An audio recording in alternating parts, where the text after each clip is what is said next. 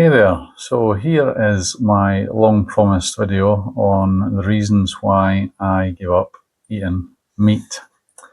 So this goes all the way back to the 90s.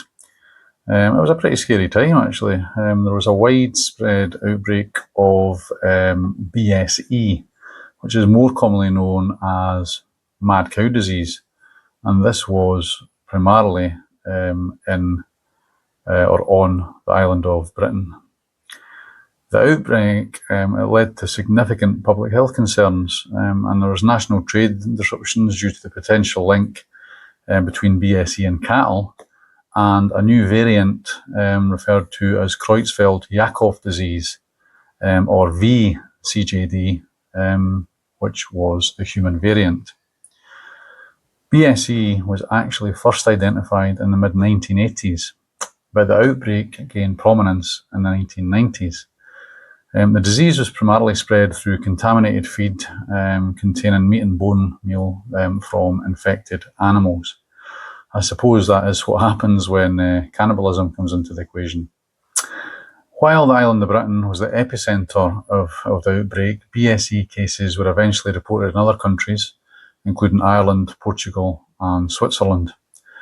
Millions of cattle were infected in the UK, with peak cases reaching nearly 1,000 per week in 1993. The emergence of vCJD, the human variant of BSE, linked to the consumption of contaminated beef, caused widespread panic and concern. The first human cases were identified in 1995, and they were very disturbing to see. By this stage, I'd pretty much had enough.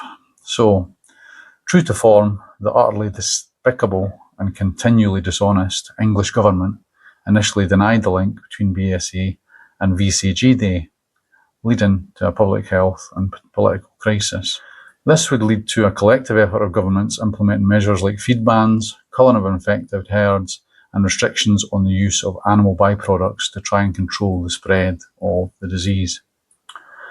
The outbreak led to international trade bans on British beef, with some restrictions remaining in place until as late as 2019. The BSE outbreak highlighted the risks associated with certain animal feeding practices, and also, more importantly, the potential for zoonotic diseases to jump to humans. For me, while this was scary, more important than this was the ethical concern. Many people just don't realise that social conditioning is the only reason that we're not eating cats and dogs. So I would ask the question, who decided that it was okay to eat these babies, and these babies, but not these babies, although they do in some other countries? I also worked in a job selling protective clothing and equipment used in food processing. As such, I had to, in the course of my work, visit abattoirs. I was exposed to the entire processes, from the terrifying slaughter to the subsequent processing. This was apparently to better understand the needs of my industry customers. What I actually understood very quickly was that there was nothing humane or nothing hygienic about any of it. It was animal genocide, and it was one of the very most horrific experiences of my life, and it remains so to this day. The most distressing, particularly for me, was in the case of pigs. Pigs are very intelligent creatures. You could palpably feel their fear and their trauma. You know, they knew what was coming, and they were absolutely terrified. I vividly remember thinking at the time that this must be what I like to feel, to be in a concentration camp awaiting execution. There are a few times in my life when I've been affected this badly by something. It was utterly horrific. So it all amounted to a perfect storm, and I decided that I would never again eat meat. And I haven't since. That's been 30 years. Some people might call me a hypocrite because I've continued to eat fish and seafood.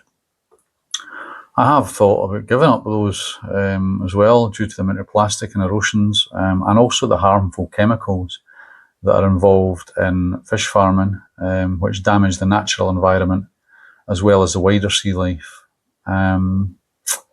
So, I mean, I don't eat farm salmon at all, but You know, I might revisit the idea of giving up fish and seafood at some point, but you know, they're upmost in my favourite eats. So I also have a lot of food intolerances, which would make it, you know, very difficult for me. I'd be really limited if I chose to go down the vegan route.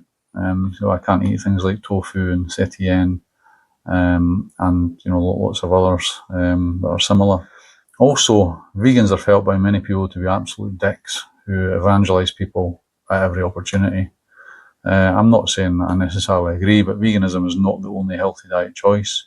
So I would say each to their own. I do have a belief if you eat meat, you should be willing to kill it and process it yourself.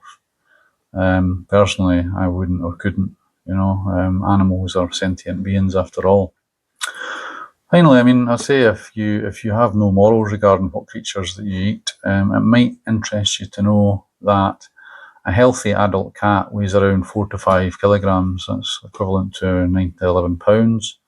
Mammalian tissue averages about 1,000 to 1,500 calories per pound, depending on the fat content. So a cat might contain roughly 9,000 to 16,000 calories in total. So that's about the same as a week's worth of food for a human, or one really intense cheat day for a competitive eater. So I'll drop a cat recipe in the description.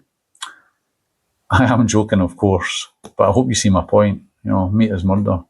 And again, you know, why would you think it's okay to eat one creature and not another? It just doesn't make any sense whatsoever. So I hope you enjoyed this video. Please like and subscribe and share. Tune into the next video, which charts my 21 week weight loss. I appreciate you all.